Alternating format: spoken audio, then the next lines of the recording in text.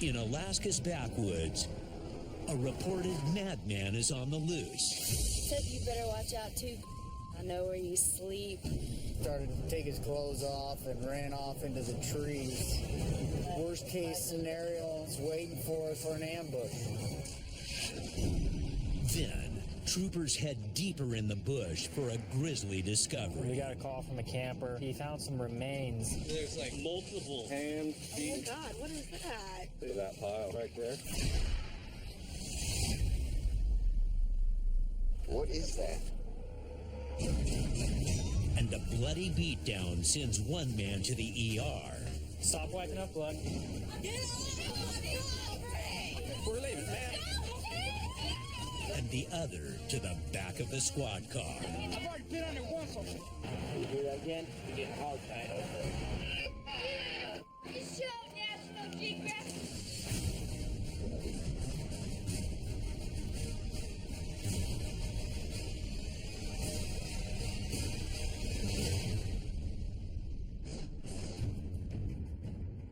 It's late night in the Matsu Valley Back on 17.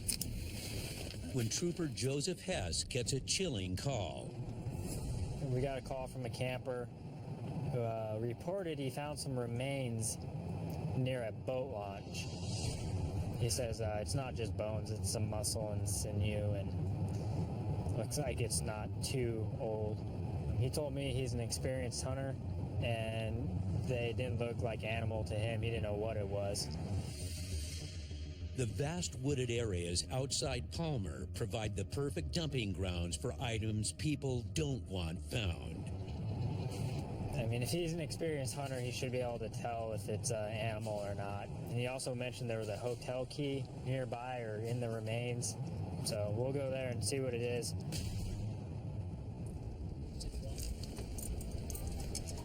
Macamobie 17, 1023.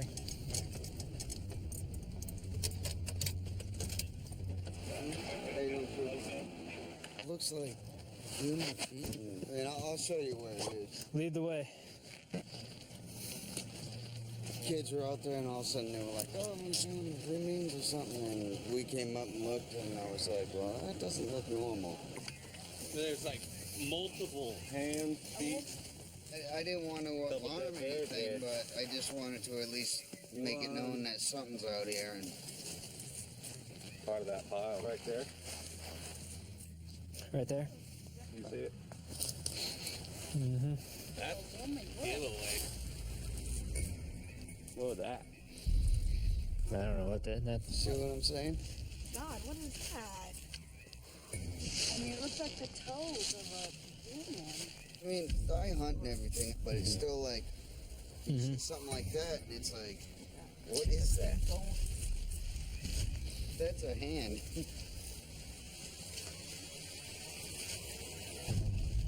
Yeah, this is bear.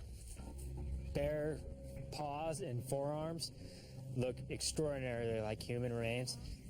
But what would this be right here? Could be anything. You know, it could be just a gut pile from, two bears or one bear. Multiple people will go out hunting and multiple people will shoot black bears. And they might just butcher them all together, throw all the stuff they couldn't salvage in a sack, and then go out in the woods and dump it. So you got one paw, two paws, three, and then four. We even have classes on it in the academy, how to determine the difference between bears and humans. Just on first observation, they look like human hand. Once you kind of look at it and realize how big it is and how the joints are, you can kind of tell it's a bear. All right, well, I just want to make sure I'd... No. Yeah, absolutely. You did the right thing. We'll let the wildlife troopers know about it. They'll come out, I'm sure, and take a look. You can poke around all you want now. No, I'm done with all that. Chicken wings, anybody? You guys are camping out here? Yeah. You got bear protection and everything? Yeah, we're good. Yes, sir. We'll appreciate the call. Better safe than sorry. Deeper in Alaska's backwoods,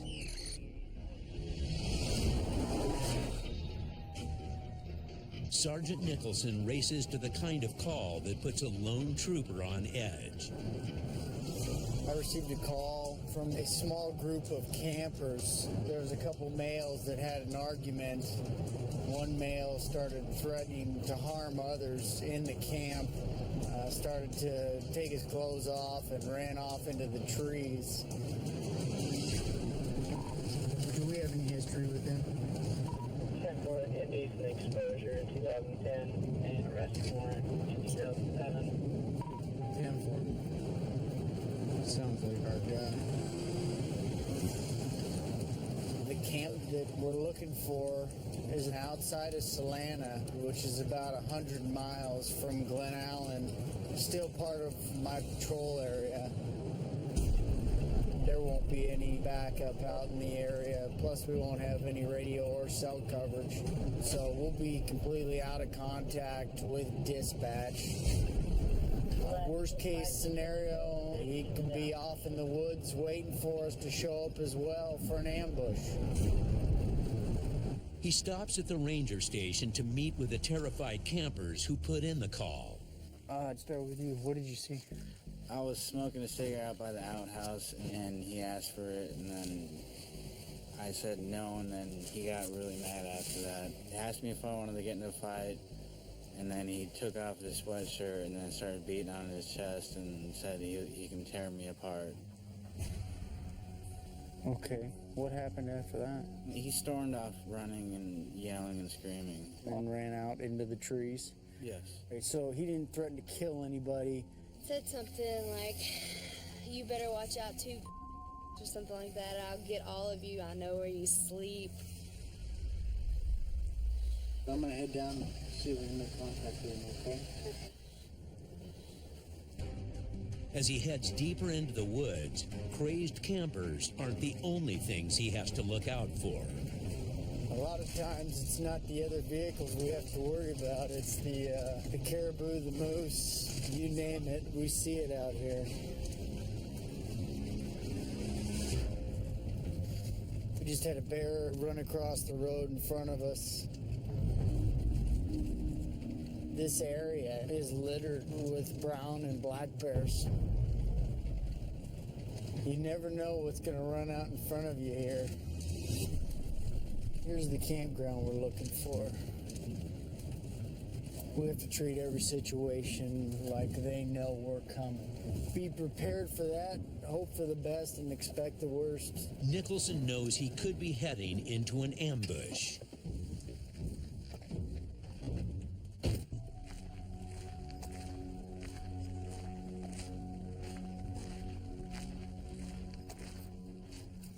You got to be in your right mind. You got to be thinking about all the variables that come into play.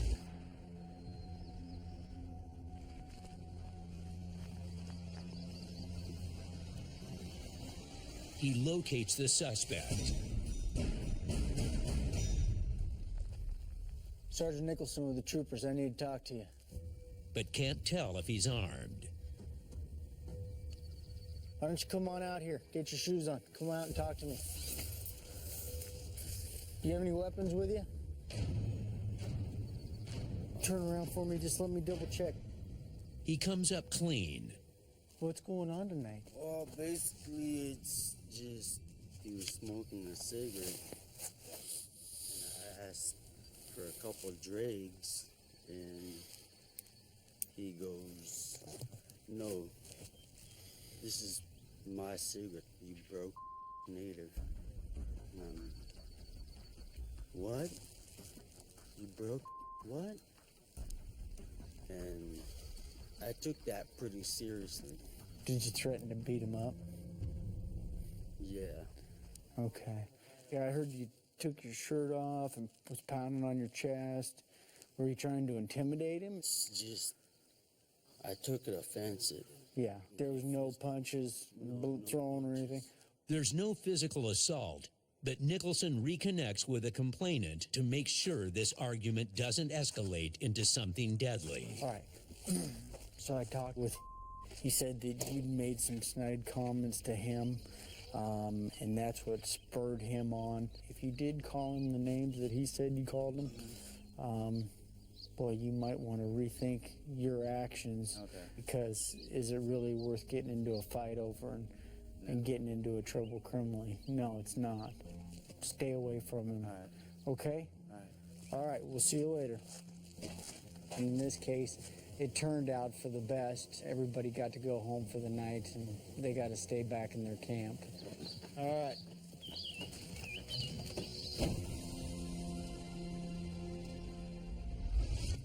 Back in the Matsu Valley,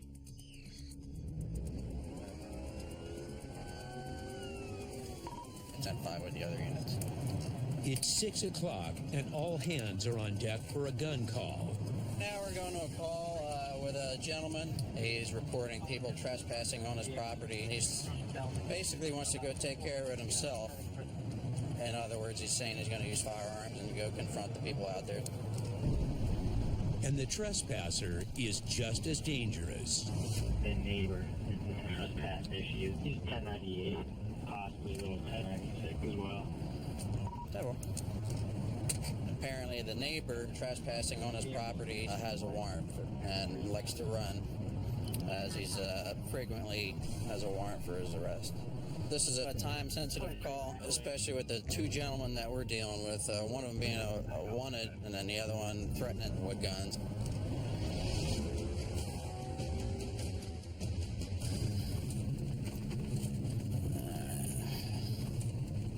Blackout 16, also, if you want to.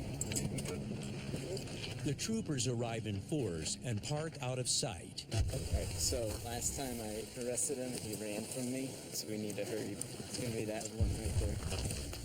You got the back knee? Yeah.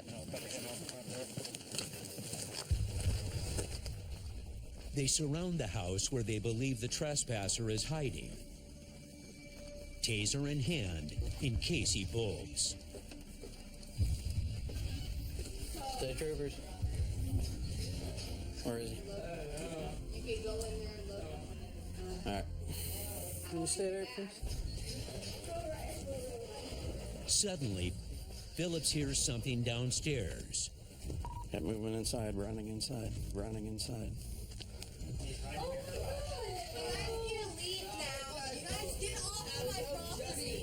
All right, relax. Everybody relax. Troopers can't find their trespassing suspect, but on their way out, they spot a different man with an arrest warrant. Do you guys have a warrant? Yeah. Because you guys need a warrant. Now, the irate homeowner turns on the troopers for unexpectedly putting her guest in cuffs. Everybody sit down, please. Oh my God, what the hell? I need to leave now. Mine's gonna call my dad right now. Hey, let's go. Let's go. All right, relax. Everybody relax. We're leaving, ma'am. Ma'am, please. Please, okay? Please. Stop! Get off! Hey, man. You guys go down dirty. Show National Geographic 7. I've been on there once. This man has a $10,000 warrant for his arrest and has had some frightening run-ins with the troopers before. You got a mallet in this hand. Why are you carrying a mallet? I just picked up that. Hey, turn around. You got blood all over you. What's going on? Oh, my cousin just came up to me and started fighting with me. Your cousin came up to you and started fighting? Where's your cousin at? And he took off in his car. Hey, you didn't hit him with this mallet, did you? No. Say, dude, I wish I could take these off. You know that? This ain't dog. Go ahead and have a seat.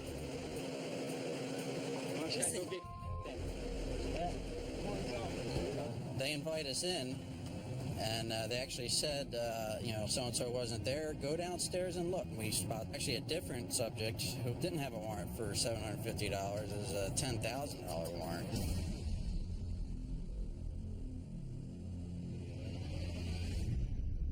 As night falls on the Matsu Valley, the action picks up. Complainant called on 911, reported that his neighbor was in a fight with a male friend. The male is bleeding. They've just disconnected. Trouble.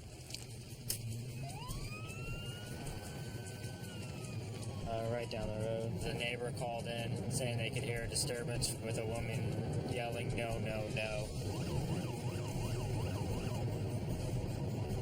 I'm pretty sure we'll be first there.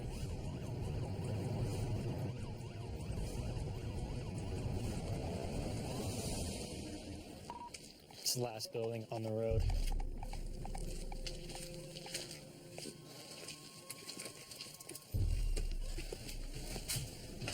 Sit down.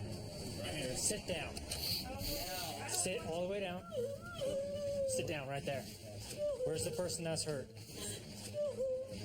Stop wiping up blood. Sit down.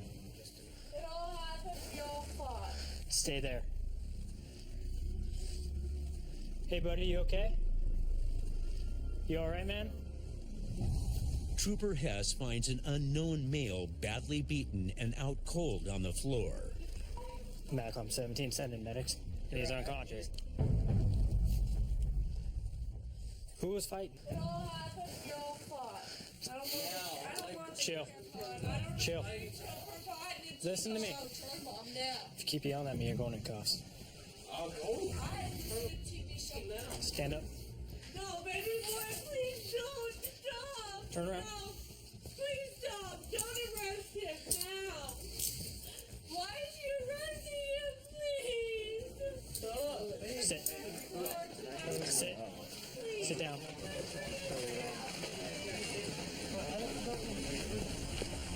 Started getting a little mouthy with us, and so we put him in cuffs just for our safety. I just take him out of that situation so he can spin anybody up inside the house.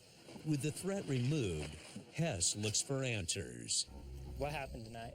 Everybody got in a fight. People were bleeding. What were they fighting about? I really don't remember, but it was equally. It's not like hit him unequally, you know. I just wanted to come out of the cop car.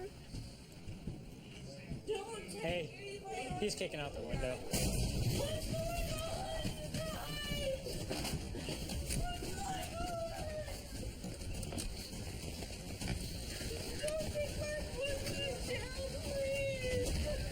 You trying to kick the window or something?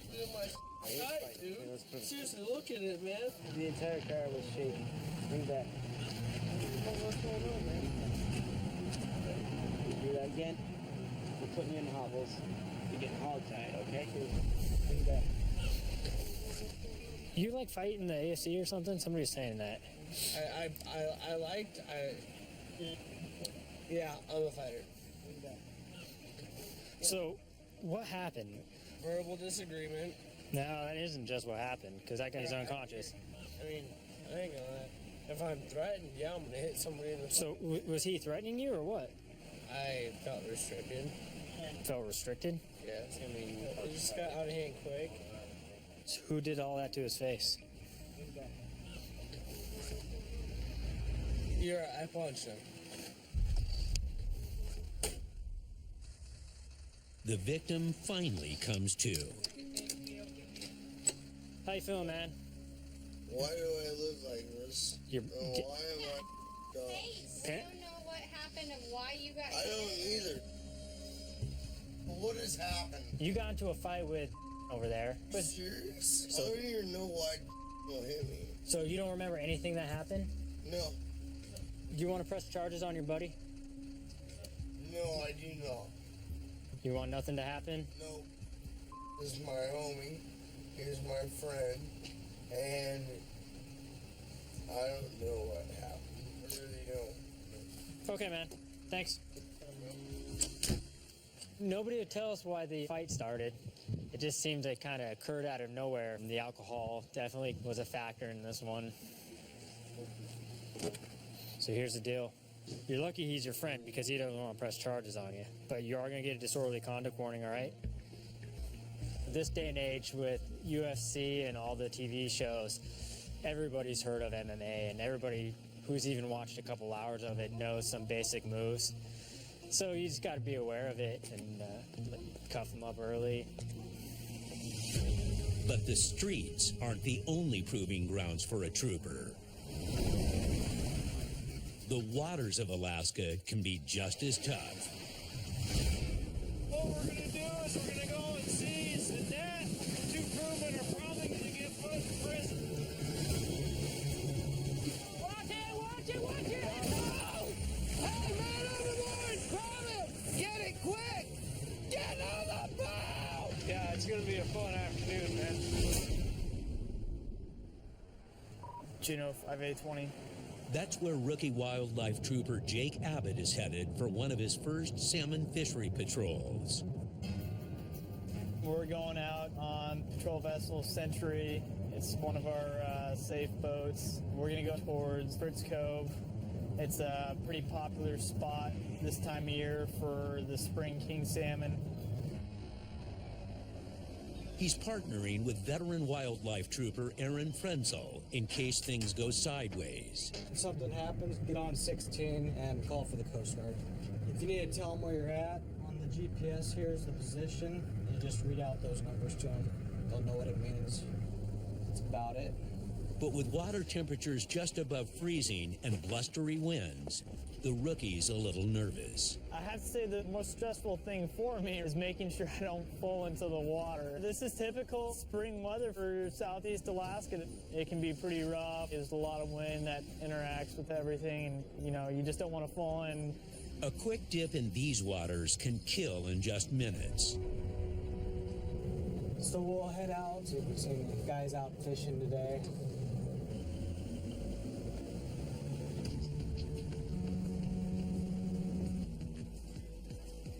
I grew up here in Juneau. I can remember growing up and going out and being able to catch just a ton of kings in one day. Now it seems like it's just getting harder. And big salmon hauls can mean big money. And some fishermen will stop at nothing to get their catch. Can be nasty around here. They reach the cove and quickly spot a boat that's breaking the law. They've got too many lines in the water. 3? He's got 3 rods. It's mid-April, and this early in the season, each licensed fisherman is only allowed 1 line in the water at a time. Come up to boats. Most people you contact around here have a firearm. If they're fishing, they're probably going to have knives, so you definitely want to pay attention to what people are doing and what's going on.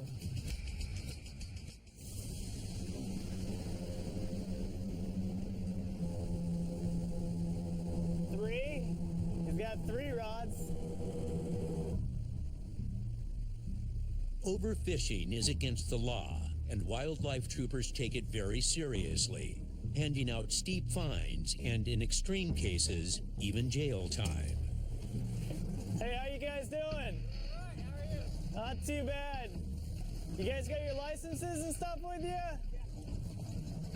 Is there anyone else that's on board? There's one other adult children. Okay, who's all fishing today? You're not fishing? Just him? What's that? Just me. Is there any guns or anything on board? Okay. So my name's Trooper Abbott. I'm just gonna hop on real quick and talk with you guys, all right?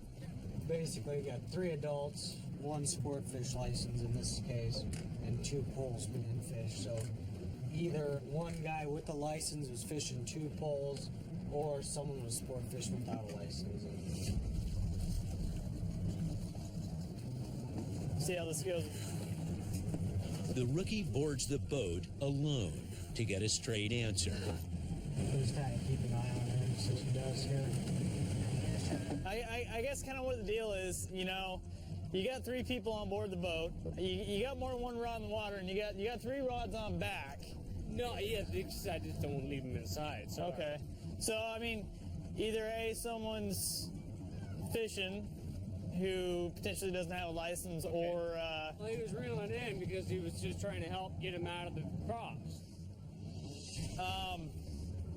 You're fishing 2 rods. You can fish 2 rods per person right now, as far as I'm concerned. No, it's only 1 rod per person right now. Sorry. I know, I didn't want to get these guys in trouble. I thought it was 2. If you look in the regulations, it will actually tell you 1 line. It's under the general provisions. Yeah, okay, yeah. Okay? Trooper Abbott issues the man a $110 citation and heads back out on patrol. Thank you, gentlemen. But the conditions worsen, making the job all the more dangerous. Well, it's nice in here, but out there it's picking up still. The wind is getting nasty. It is. It's continuing to get harder. As they round the point, they spot a skiff too small for these treacherous seas. You want to wrap right up to them? I'm going to come up on this side of them. I'm going to put them on our starboard side.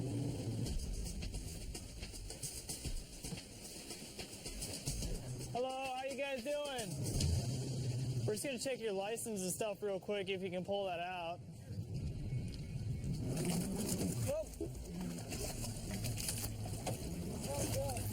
Backwards. Oh, and they're being pushed into us. I gotta be on the controls. Trooper Frenzel struggles with the surf. A collision could capsize the tiny craft and plunge the couple and their St. Bernards into the freezing waters. Too much wind. Give me 1 second here. Let me check these. And both these people look good. Their paperwork checks out, but Frenzel has bigger concerns. I don't think he realizes how big the water is getting out there. It's getting pretty rough out there, so you guys know. Yeah, so we're just gonna go ahead and follow you guys in just to make sure you make it in all right. We're gonna go ahead and follow them into the harbor to make sure they make it there all right. Wind's starting to pick up and the water's starting to get pretty stacked. That's a lot of dogs. On a small boat, definitely not very much fun. I bet you she is just living. I hope he intends to cut out. Might be starting to turn. Try and turn around and get yourself in trouble. If you don't time it right, do it.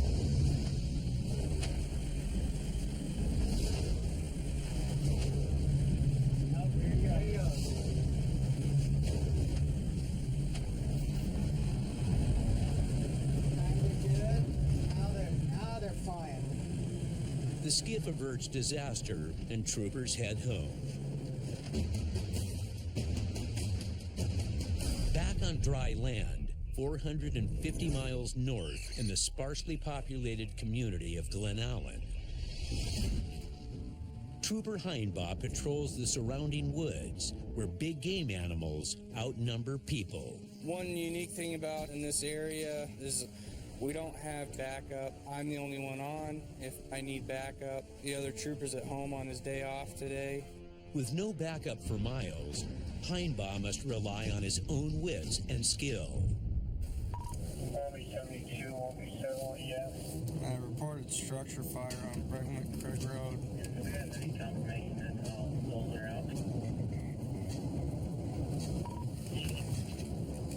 The house is burning out of control, and the homeowner may still be inside, but dispatch doesn't know where the house is.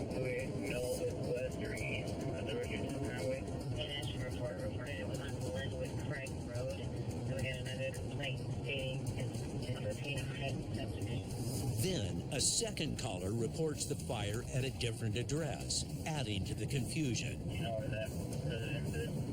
10-4 is going to be on the east side of the New Bridge. So when they mentioned the caller's residence, I know who the caller was.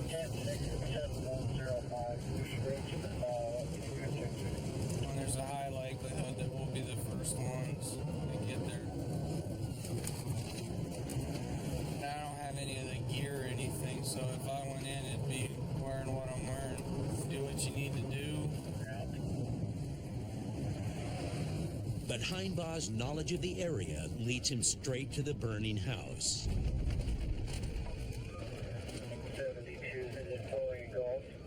I see a bunch of black smoke right now. Wildlife trooper Levi Duell is already on scene. He flags an enormous death trap. Fuel tank.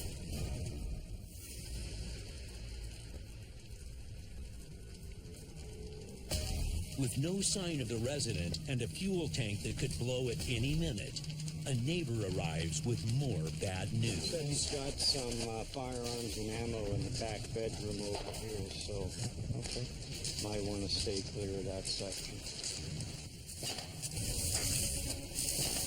We set the weight on fire now. That noise we put this thing in. Most of that's probably ammunition, actually.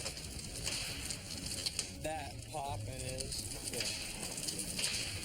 Help finally arrives, but the flames could still spread out of control, sparking a deadly wildfire.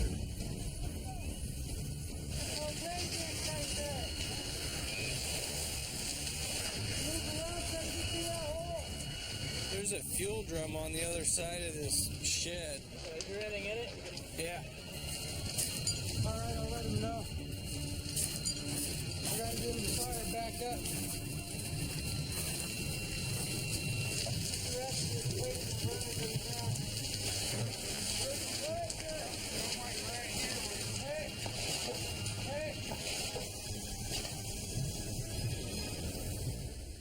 The fire crew finally gets the blaze under control. Trooper Heinbaugh checks in with the shaken homeowner who's been watching the blaze from down the road. You okay? Yes, sir. So what happened? Well, I had a smoker going on my back porch, and I shut it down and thought everything was okay, and went inside, and I guess the wind knocked the door open on it. Next thing I know, I heard some funny noises, and I could see the flames coming up, and the glass broke out. As you can see, it's pretty much a total loss. So actually, this was a lot better than I thought it would turn out. Nothing spread, everything, nobody's hurt. Everything went about as good as it could. Further north, deep in the Hoodoo Mountains, it's that time of year again. Arctic Man.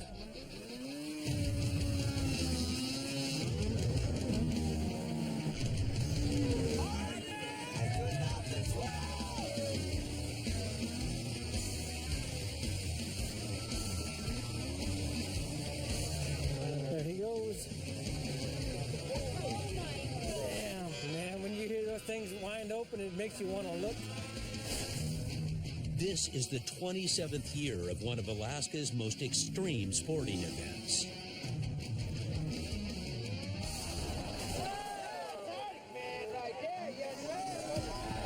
This is our spring break in Alaska.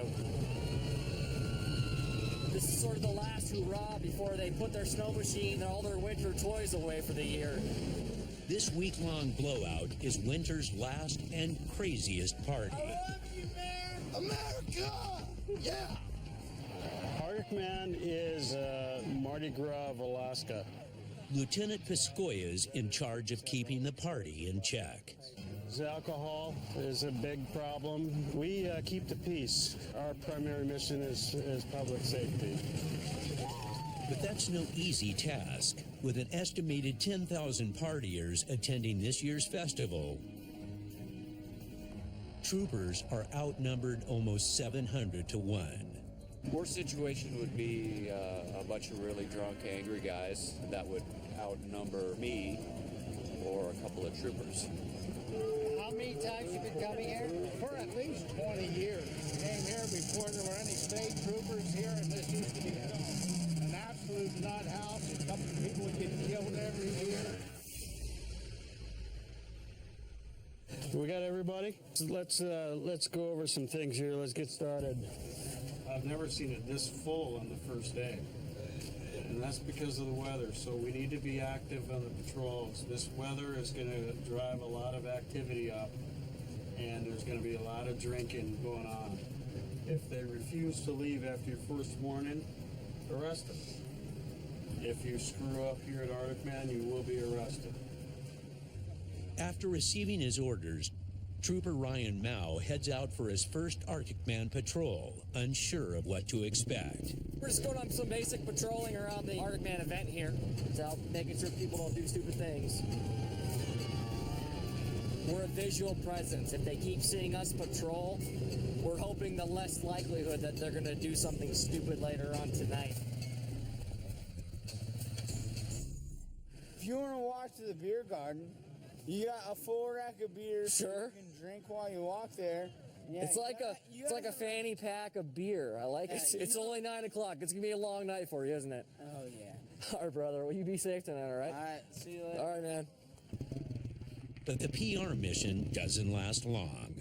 A fellow trooper pulled over a man with a gun, and he needs Mao's assistance.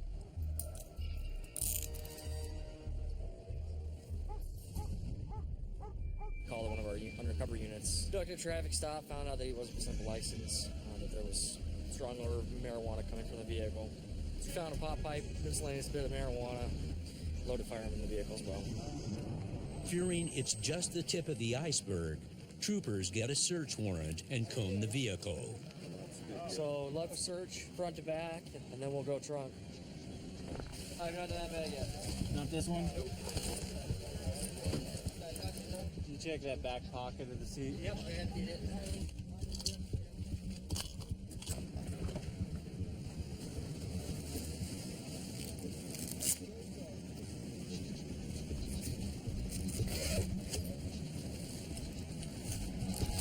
And that's what we call drugs. That is a lot of little individually packaged baggies. You obviously brought this to sell. Absolutely. We found a note saying how much the marijuana was purchased for. In each cell has a listed price and how much was sold. The amount of cash you had in his pocket, you have enough to make change for. And this is intent to distribute here. All right, into the limo. Into the limo we go. That's more drugs out of the campground. But when night finally falls, the drinking rises to another level. So guys gotta get down. Ready?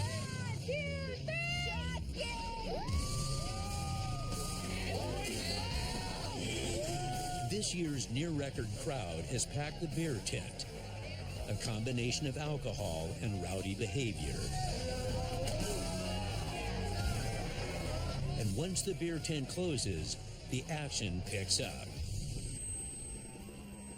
A group of campers is lighting off propane bottles. People have been lighting off propane. These guys are denying it. Yeah, well, are they doing that over there?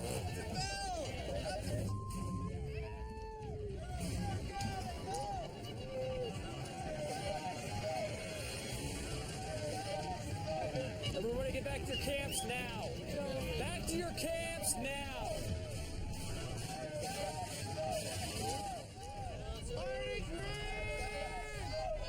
Everybody get back to your camps now. Hey, Ramrod, you got your, Not the time to be asking me, buddy. All of you, not kidding, get back to your camps. This is your one warning.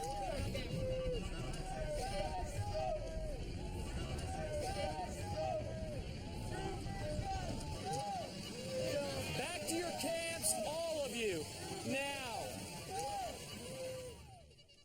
Trooper Mao and the rest of the troopers settle the crowd before things get out of hand. Hennessy, let's go. And the night ends without a major incident. It's the 5th day of the Arctic Man Festival, race day.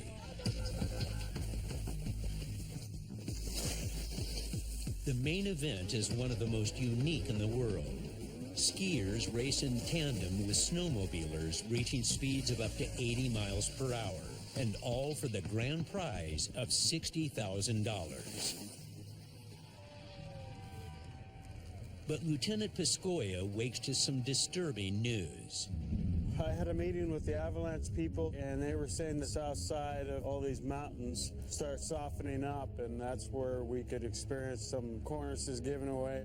Each year, deadly avalanches are reported all over Alaska, killing an average of 5 people annually. With warm weather forecasted, heavy wet snow can trigger a massive slide, burying racers alive.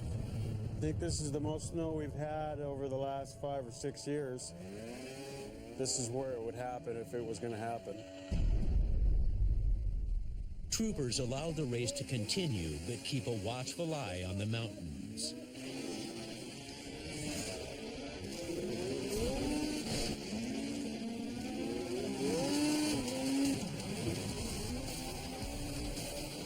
We have some of the craziest young men in Alaska showing all their stuff, and they are wild.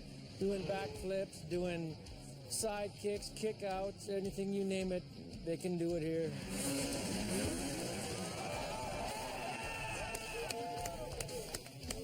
That was a good one. But pros on the racing course aren't Troopers' main worry. It's the amateurs in the mountains. Trying to figure out if that's a old avalanche or something that just happened. Hey, John, did you hear me? To start patrolling. You have radio coverage. The LT wants Hilo 1 to start flying. There was an avalanche. They've seen 2 snow machiners come out and possibly 3 that are trapped. That's how fast these things happen, and we have to be ready to respond up there or get resources up there at a moment's notice. All right, man base. Hilo 1 is 1019.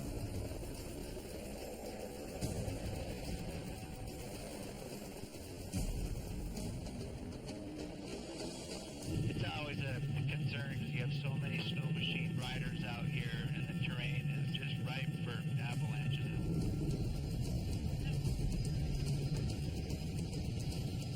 Well, look at that.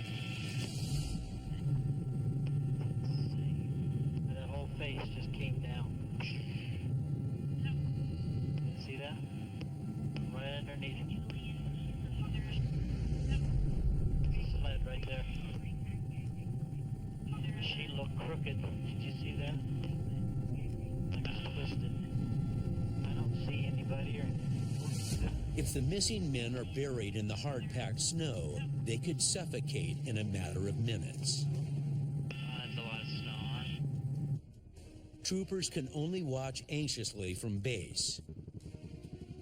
Staying towards the ridgetop, he's approaching from that side. He's trying not to make another avalanche up there. Cornice is off to the right. Yeah. That'll get that whole face started if it lets loose. The pilot tries to get a closer look without triggering another slide. Ooh, there. See, they fractured it? They're cracked. Oh, yeah. The trap right below us.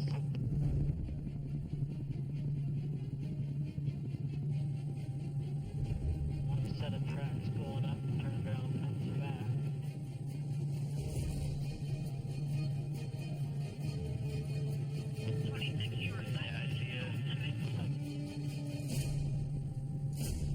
See that?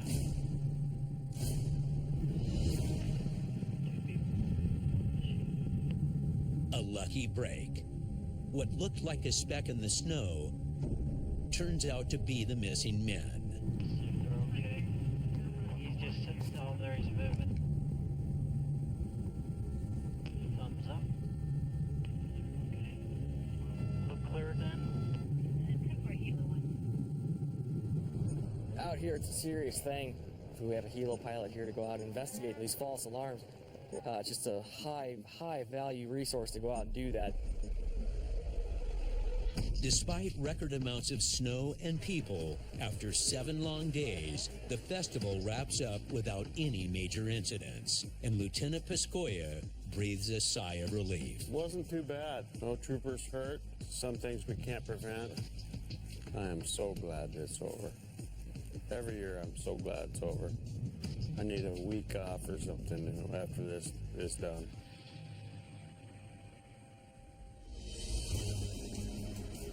In the heart of the state, Fairbanks is the gateway to Alaska's rugged interior, where dozens of small communities are flung across hundreds of miles of wild and Arctic terrain. Keeping the peace in this vast area is uniquely Alaskan.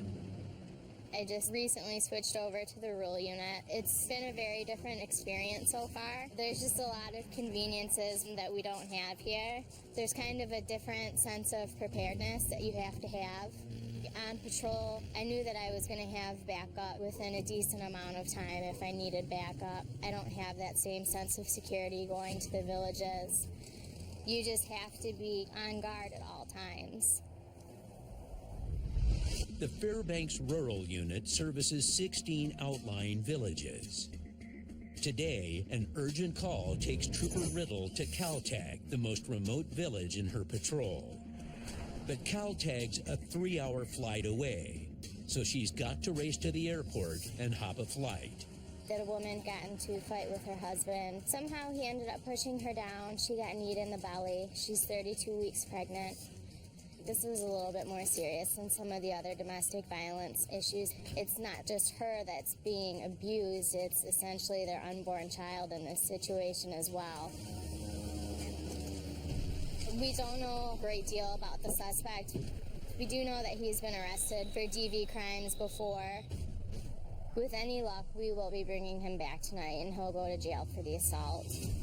She teams up with Trooper Neeson, and they head out hoping to get the jump on their suspect.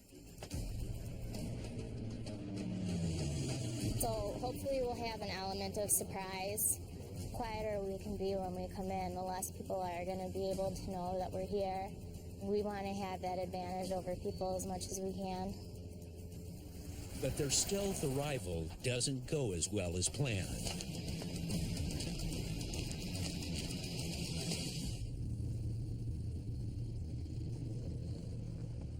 We've been on the ground about 10 minutes, and there's already 2 trucks, 4 four-wheelers. You know, there's like 20 people 100 yards from us.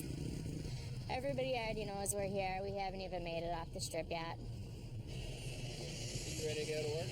I'm ready to go. Kind of lose any type of tactical approach, especially because we're walking into town. The troopers waste no time and begin their 2-mile hike to the village to arrest the man. When I was on patrol, I typically knew what to expect.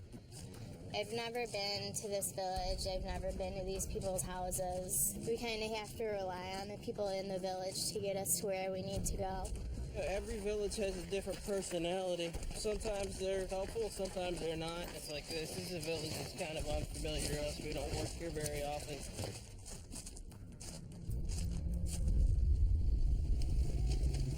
It makes me a little bit nervous when everybody knows that we're here. By now, the rest of the village is already expecting us. We can either cut through the trail back here, or we can go around the other side and come in from the back. With 10 people watching us. They find the village store and begin to look for the suspect. Hi. Hi. Drew Neeson. Do you know where we can find... No, sir. We just need to talk to him. Where does he live? He's supposed to be a greenhouse down here. I haven't seen him.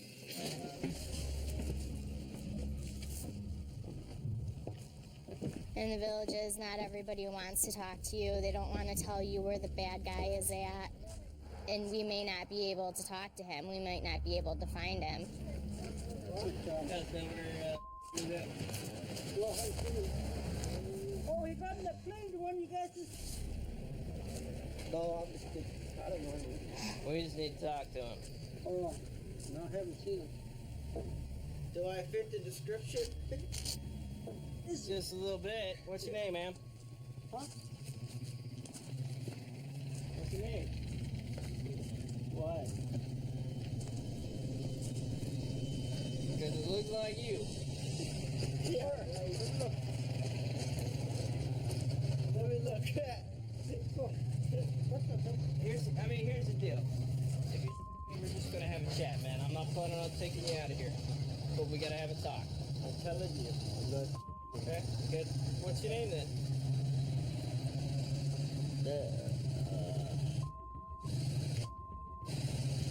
Aaron what?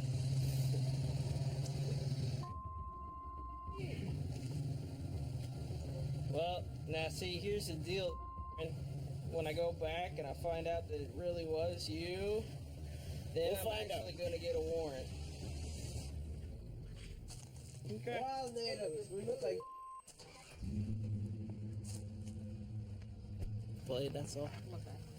This guy over here may or may not have been our original suspect.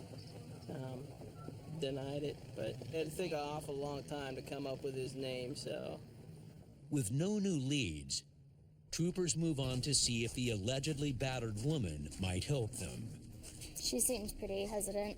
Obviously, I didn't want to really talk to her, especially not with anybody around. And Trooper Riddle knows the woman's statement is key to building the case. A lot of time, the victims don't leave their abuser. We'll get to villages the next day, and maybe they were intoxicated the night before when it happened, and now that they're sobered up, they don't want to tell us about it.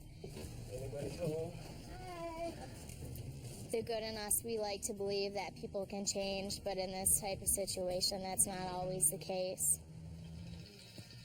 So we're here to talk about what happened. Okay. I see that you had quite a bit of bruising on your arm over here. It looks like you have a black eye. What happened? I fell off the four-wheeler and I got bruises on my arm. To me, I can look at these and tell these are from somebody grabbing you. They're like perfect finger impressions. So what really happened? I don't know. I mean, my main concern coming out here is I have to make sure that you're okay. I see you have two very tiny children. We want to make sure that they're going to be okay. They're being healthy kids. So there's nothing else you want to tell me then? No. Doesn't want to talk to us and tell us what's going on, then there's not a whole lot we can do.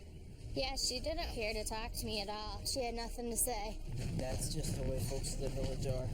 They're not going to talk to you until they trust you a few months to make sure that she's going to be safe talking to you, but it's not going to go elsewhere. Our goal is all to do the same thing. You know, we want to keep people safe. That's our job. That's what we're here to do.